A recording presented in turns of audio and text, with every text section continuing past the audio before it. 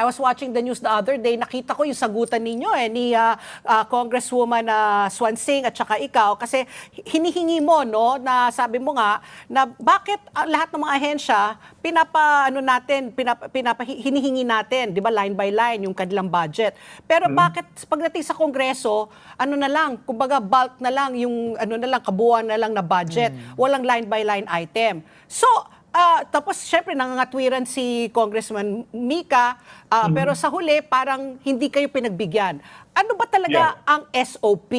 Ngayon lang ba yan nangyari na hindi pinapakita ng Kongreso ang line by line? Or dati na talaga? Kumbaga, ano na lang? Okay, ganito, Pat. Sige, okay. Marami kasing nakasanayan yung Kongreso ng mga bad habits na dapat baguhin. No? Ayun. Kung talagang gusto natin ng transparent, mabawasan yung corruption, kung gusto natin mabawasan yung corruption o end corruption, there are two things necessary. No?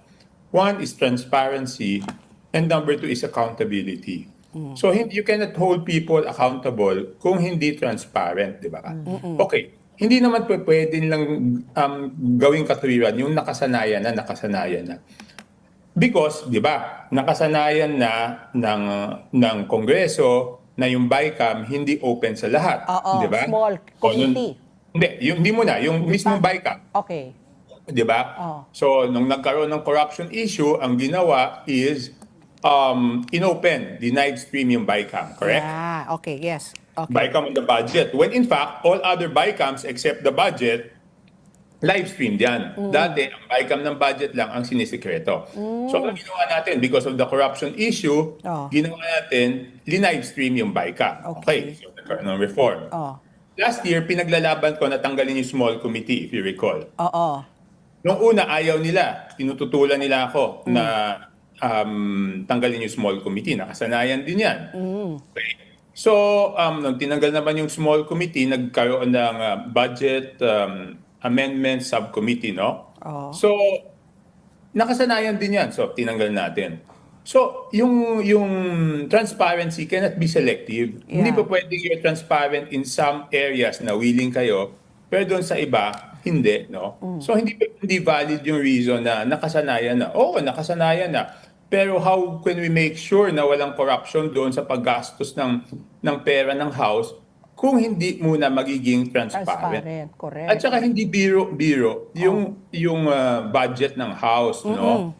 Previously, kaya hindi masyadong pinapansin yan, hindi naman kalakihan yung budget ng House, no? Tapos nagsimulang lumobo yan noong 2023, no? No, 23 nagsimula na yan. Okay.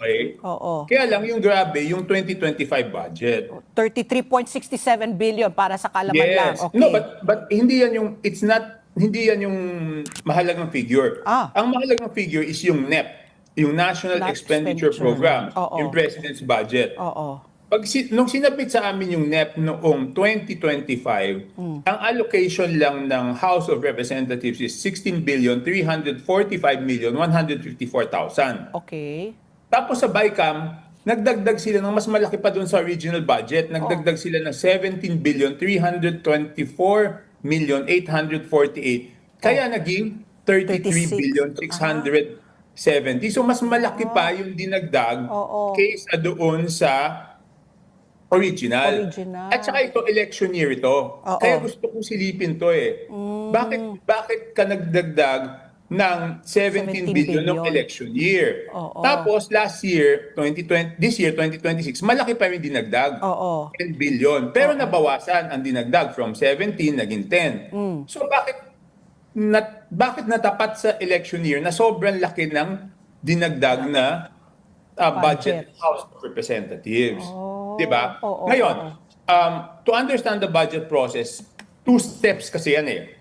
The first step is yung tinatawag na pre-plenary budget hearing. Ibig sabihin sa committee budget hearing. Okay? Yung second step is yung sa plenaryo na, di ba? Correct. Napakahalaga, dapat makita ng ating mga kabayan kung ano difference niya. Okay. Doon sa committee, yung mga sobrang stricto ng House of Representatives dyan. Dahil pag hindi dumating yung cabinet secretary, hindi didinggin yung budget mo, di ba? Ayun, oo. Oh. Because doon sa committee, doon lang pwede mong tanungin ng direkta yung cabinet secretary at doon lang siya pwede magsalita. Kasi Yeah. pagdating sa plenary, ang nagsasalita lang to defend the budget is the vice chair of the Committee on Appropriations na responsibilidad na depensahan yung departmentong yon. Correct. Di ba? Oo. So, ang sinasabi nila, dapat sa plenaryo na lang pag-usapan yung budget ng House. Sabi ko, hindi. Dapat magsimula dito sa committee. Bakit? Alam mo, doon sa committee, napakahirap mag-defend ng budget noon. Kung ikaw cabinet secretary, ang gagawin mo, iprepresenta mo kung paano nyo ginastos yung kasalukuyang budget nyo. Yeah. At idedepensa mo, bakit ka humihingi ng ganitong halaga para sa next year's budget? Oo. Pag sinabi ng plenaryo na lang yung House budget, hindi na mapapag-usapan yung mga nakaraang taon. Ang gusto lang nila is pag-usapan yung hinihinging budget. Tapos walang presentation. Because yung budget should be based doon sa mga plano at programa mo. Doon sa libro ng budget, wala naman nakasulat na plano at programa mo doon. Nakasulat lang doon kung magkano hinihingi mo. So, importante talaga yung pre-plenary. Kaya lang ayaw nila. So, may Diba? tinatago So, talaga. ang sinasabi ko, bakit may double standards, no? Oo. Correct. Okay. Pero di ba kung sa 2027 NEP po, congressmen must already submit quarterly income and expenditure reports. Online na po ito. So kung meron na pong ganito requirement, ano pa po yung kulang? Ano pa po yung hindi nakikita ng publiko? For example, should every member be searchable po at member by congressional po na spending? How else do we make them transparent enough for the public po? Hindi naman congressmen lang ang gumagastos ng 17 billion eh. 'Di ba? Ang gumagastos niyan is yung mismong Committee on Accounts doon sa House. Wala namang sinagastos yung congressman doon eh. 'Di ba? Ang natatanggap lang ng congressman is yung district allocation. Ay, una yung sweldo, 'di ba? Yeah. Yung sweldo. O sabihin mo lang may district allocation, 'di ba? So, i-multiply natin. Simplihan natin. Sabihin natin ang gastos sa distrito mo, yung tinatawag na MOOE, na may issue na nga doon, di ba? Malaking issue doon sa MOOE, di ba? Sinasabi, bakit daw kami liquidation by certification lang. Okay? So, sabihin mo lang 1 million per congressman. Times 318 is 318 million. Times 12 months. Di 3.8 billion lang yun. So saan napunta Saan yung napunta iba? yun yung Gusto mo pwede mo makita. sabihin na ginamit ng congressman sa distrito niya. So if you have 33 billion, 3.8 lang ang napunta sa bawat congressman for their districts. Saan napunta yung 30? Saan nga? Sabihin mo ng kuryente, gasolina. Hindi naman naabot ng 30 billion yun, di ba? So, Saan nga napunta ko? Saan nga napunta? Ang laki nun Saan nga napunta?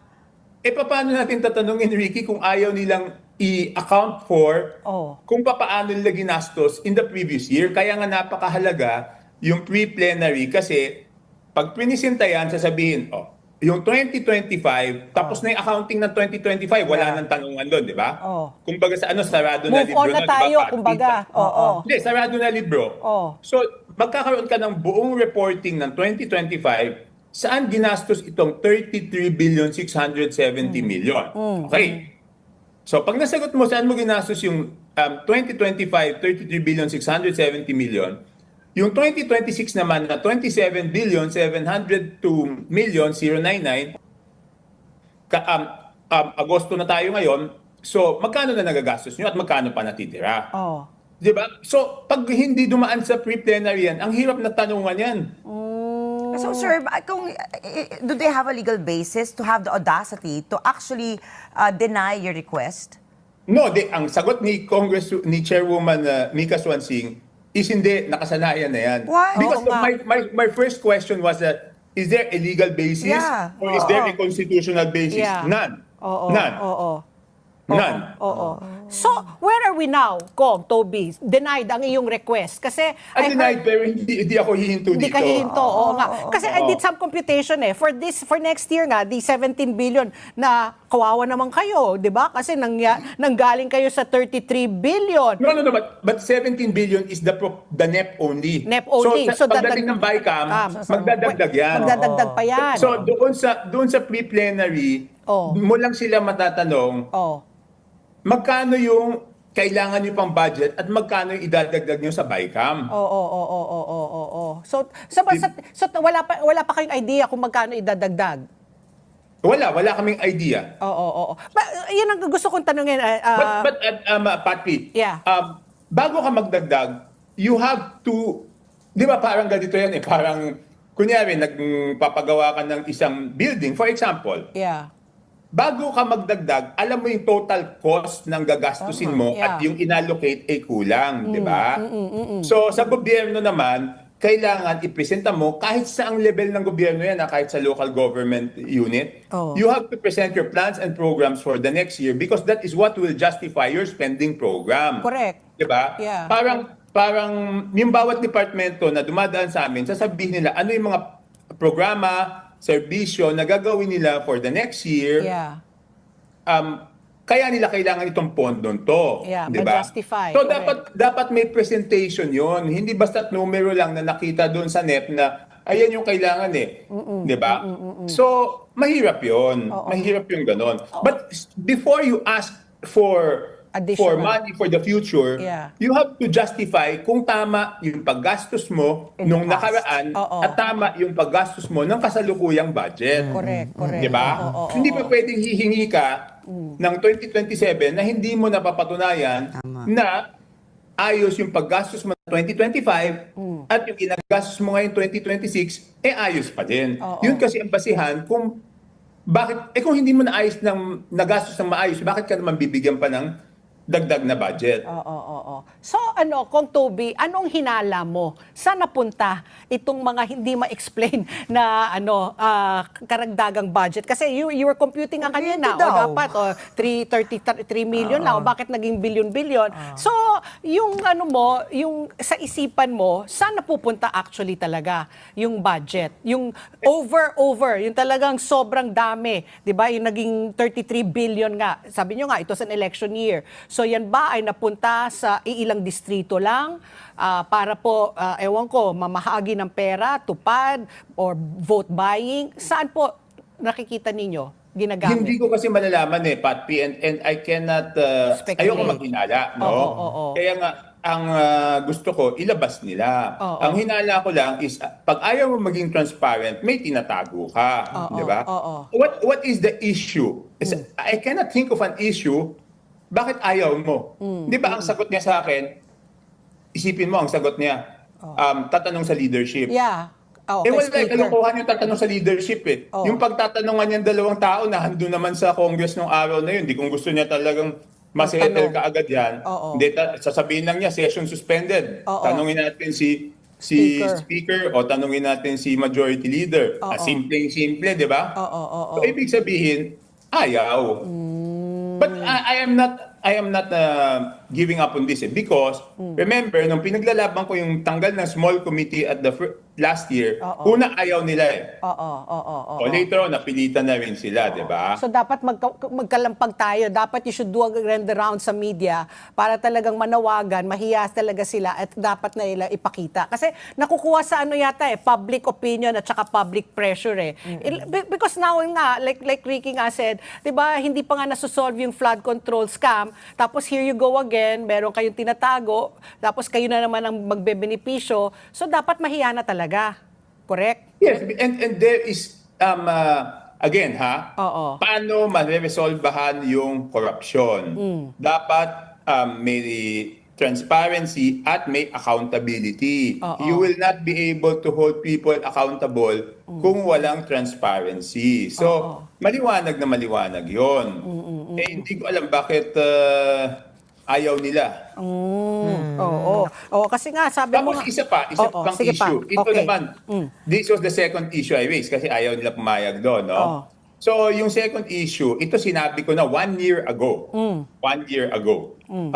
Almost 1 year ago, October, no? So, sabi ko, ilabas nyo yung budget per district. Oh. Total budget per congressional district and total budget per party list. Okay. Yan. Sabi ko Oh, I yan last remember year. this. Oo. No, ayaw pa rin nila. Hanggang ngayon, ayaw pa rin nila. Nung sinabi ko bakit ayaw nyo, ang sagot sa akin, hindi, nasa NEP yan. Oo. Yung NEP ng DPWH lang is 772 o 722 pages. DPWH lang yun. Oo. So, ibig sabihin mo, gusto mo yung nabotas na constituent ko para lang malaman niya kung ano yung mga proyekto sa nabotas at magkano yung total budget. Gusto mo basahin niya yung 772 pages? Pages, Eh di oo. pinapahirapan mo yung tao. Oo. Di ba? Ayaw mo, you don't want to make it easy for them. Kasi ano lang, just for clarification, Kong Toby, yung mga infrastructure budgets na yan, hindi yan pumapasok sa distrito. Pumapasok yan sa Department of Public Works and Highways. So yung Hindi, para nakalamsam yan, nakalamsam sa DPWH, Oo, tapos for nakasulat, download. kunyari, Oo, nabotas. construction of pumping station at blank street, Yeah. Navotas City, di ba? Yeah. Tapos construction of multipurpose building, construction of whatever, Yeah. tapos Navotas City. Oo. Pero nakahiwalay yan doon sa 722 pages, hindi siya sama-sama na makikita mo, magkakasama yung Navotas. Oo. Kasi ang classification yan is una lahat ng kalsada. Okay, national roads, Item. repair of national roads. Oo. Tapos lahat ng buong Pilipinas na i-repair ng national roads. Oo. Tapos repair of secondary roads. Buong Pilipinas na i-repair ng secondary roads. Oo. Repair of tertiary roads. Buong Pilipinas na i-repair na tertiary roads. Oo.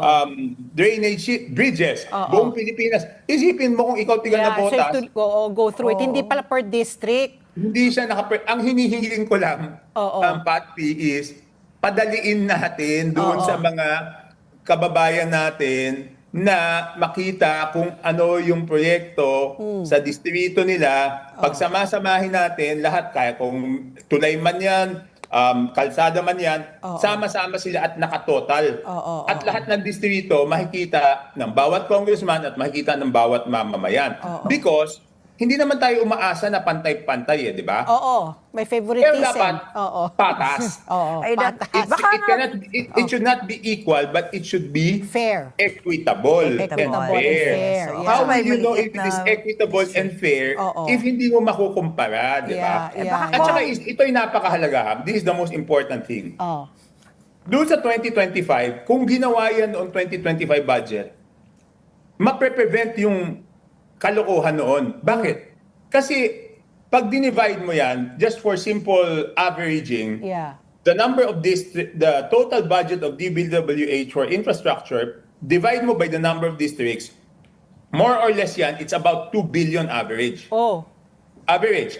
Yeah. 2 billion, no? So may makakakuha ng below 2, may makakakuha ng above 2, Two, yeah. walang problema doon. Oo. But if 2 billion is the average, paano may distrito makakakuha ng 20 billion? Oh. Hindi ibig sabihin magdududa ka nun. At yung mga nakakuha ng 20 billion, yun yung mga in-inspect ni Presidente at ni Sec Vince na may substandard at may hindi ginawang proyekto ng SunWest. Oo, So ibig oo. sabihin, kung noon pa lang nakita na namin mga congressman yan na lumobo dito, magtataka ka na, bakit lumobo dyan? More or less dapat nasa 2 billion lang yung budget per districts, di ba? Tapos, okay, number 1 yan. Pangalawa, pag hindi naman nila linabas yung sa party list, makikita natin na may mga party list tulad ng Tingog, ang budget na naipasok nila sa BICAM lang, Tingog. BICAM, Oo. is over 5 billion. Wow. So, paano namang mas malaki pa yung budget Oo. nung isang party Party list list kaysa doon sa district. distrito? Hindi yun ang mahalaga eh. Oh. Ang mahalaga, Pat P, may district congressman lahat ng distrito. Oo. Yung budget ng party list, wala namang ibang pupuntahan yan kung hindi isa sa mga distrito sa buong Pilipinas. Oo. So bakit kailangan pa siyang dumaan sa party list hindi na direkta doon sa distrito. Correct. Oo. Kaya nga that's why nga dapat yung party list na nga yan talagang i-abolish na talaga yan kung Toby Or at least, the very least, talagang bawasan yung kapangyarihan. At saka meron pa silang 3 seats. Depende kung gaano kalakas ka, di ba? Dinaig ka niya talaga. Pero kung Toby, ito na yung huli. Just for that I understand it more kasi we're running out of time. Yeah, so yeah, yung budget ng Congress, that's just really for the salaries of the Congress? Lahat. Salaries ng, sige, yung sinabi ko is yung MOE, di ba? Yeah, maintenance, operating. MOE ng bawat congressman. Yeah, okay. correct. So, salary ng staff, salary namin, gasolina, kuryente. Sabihin mo na may capital outlay, magtatayo ng building, bibili ng sasakyan, everything. Pero how can you, ma-imagine mo hindi ko ma-imagine paano gagastos ng 33 billion. In fact, yung last year, yung DOST was only about 30 billion. My so ibig God. sabihin, yung doon saan nakaasa yung pag-asa na weather forecast, kasi laki namin yung budget. Kaya nga, Hindi, kasi ito nga, dinivide ko lang kung Toby Sa conservatively, yung 17 billion divided by 300 congressmen, lumalabas 56 million, 56.666 per. So, kung i-divide mo pa talaga ang laki, kaya ang dami gusto talaga maging kongresista. Kasi ang laking pera. Hindi nga, sinabi ko na hindi naman yun Hindi naman yung yun. sa MOE. Yung salaries, No, but I'm saying yung MOE. Sabihin mo ng 1 million, sabihin mo ng ang salary namin is I think 200,000 So whatever. Basta yung MOOE, yun kasi yung malaki, yung district allocation, 1 million per month na nga Yeah. 3.8 billion lang yun Sabihin mo na kasama yung salary namin, umabot siya ng 5 o 6 billion. Saan napunta yung iba? Kaya nga, sana punta talaga ng iba. Ay, nako. Kanina pa natin tinatanong. Oo nga Na hindi masagot-sagot. Tatanungin ko nga, ito na, huli, before we let you go, si Orly Gutesa. Reaction mo kay Orly Gutesa na nag-recant na dun sa sinabi na hindi naman daw pala siya nag-deliver ng mga maleta ng pera kaya dating Speaker Martin Romualdez. At punersa lang daw siya ni Mike Defensor. Hindi, yan ang sinasabi ko I think that's what you get because ang problema is this, no? Mixed signals Okay, sinabi ko na to. Ang problema, nung sinabi ni Presidente sa SONA na nasasaktan ako, pero whatever, di ba pag nagpa-iniksyon ka, tapos sinabi mo sa doktor na nasasaktan ka, ano expectation mo? Idein ba ng doktor o bunutin yung Kalagayan mo. O dahan-dahan lang. So, number 1 yan. Number 2, so ano ibig sabihin ko dyan? Ibig sabihin ko dyan, hindi magagawa ni former Speaker Martin Romualdez na pa-recant si Gutesa kahit gaano kadami pera niya. Kung walang pressure kay Gutesa. From who? And who can pressure Gutesa? It is someone with influence and power. But I'm not saying it's the president. I'm saying that naniniwala ko may mga tao na nakapaligid sa kanya na tinutulungan pa rin si former Speaker Martin Romualdez. Kaya nga gusto ko, I hope that during the SONA, mas categorical yung kanyang statement na dapat pinangalanan si Martin Romualdez. Bakit naman former speaker? And dami-dami naging former speaker. Diba? So, number 2, dapat, ang sinabi niya noon, sa buong kabinete, kung ano pa yung nalalaman niyo kay Martin Romualdez, tulungan niyo yung ombudsman. Kasi ang nangyayari ngayon, parang pinabayaan na lang yung ombudsman na mag-isa Pero, ang nakikita natin, pagkalaban sa politika, it's the whole of government that is looking for evidences against kalaban sa politika. Diba, accountability, hindi po pwedeng accountability para sa kalaban, hindi accountable yung kakampi, di ba? So, yun lang naman yung point ko Nako. Kasi baka yung iba, nasaktan, ano ba gagawin natin? Baka hindi lang masabing tulungan. Tulungan na lang di ba hindi maliwanag yung mensahe doon sa executive branch. Siyempre, yung ombudsman, hindi niya pwedeng utusan. Pero yung executive branch is under him. Dapat inutusan niya na lahat kayo, tumulong kayo maghanap ng ebidensya. Correct. Ay, nako. Alam mo, Kong Toby, pag ikaw kausap namin, nalulungkot kami at bitin. Oo nga, bitin kong. Nalulungkot kayo. Alam ko yung iba dun sa Malacanang nagagalit naman sa akin pag kinakausap mo ko. Kong, iba lang ba o lahat na? Baka lahat na. Yun na nga, Baka lahat. nagtataka nga ako, Kong, meron ka pa bang budget? Pero buti na lang nga, maganda sa distrito mo, walang baha ngayon. Now, we had Mayor John Ray 2 weeks ago at the height of the flood. Sabi niya, flood-free ngayon ang Navotas. O, Yes, buti, I think it just shows that doon sa amin, yung budget is Spent well spent. properly. diba? Yeah, well I just have to say this, ha? Thank you. Even si Sec Vince pumunta doon. oo. Kaya Oo. nasabi ko nga, Kong, di ba, kayo napapaligiran kayong katubigan, pero ito, I just have to say this, and thank you again. During the pandemic, nung pandemic po, natandaan nyo yung biglang binagyo, inulan yung Cagayan Valley. Navotas ang nagpadala ng mga boats all the way to Cagayan to rescue yung mga naiwan sa ibabaw. Kaya sabi ko nga, ang galing din ng Navotas. Hindi Kaya lang yun, sila. Ricky. Hindi lang kami pinaliligiran ng tubig. Yung tubig na nakapaligid sa amin, mas mataas kaysa dun sa kalsada Sa namin. kalsada. Oh, di ba? Yun na nga. Oo. Pero ang maganda sa inyo, Kong, wala kayong crocodile. Kaya wala rin kayong baha. Walang crocodile. Oh, Wala wala kayong kayong crocodile sa Ito may Navotas. caveat naman dito. As long as ayos yung navigate. That's why Ayan. every Yun na time, nga, pag-usapan natin sinasabi sa ko kay Sec susunod, Vince, Kong. Oo. sinabi ko na kay Sec Vince, paggawa na yung pangalawang navigate. Kasi kung titignan yung navigate, unang-una luma na siya, Yeah. may mga abnormal sounds. Pangalawa, naaapawan na siya ng tubig. Oo. At hindi naman kami magician, no? Hindi naman namin kayang pigilin yung tubig kung tira yung Hindi kasi yung Moses, navigate, ipapart yung Red Sea. Di ba? Ako, Kong Toby, sige, laging kulang ang 30 minutes kasama ka.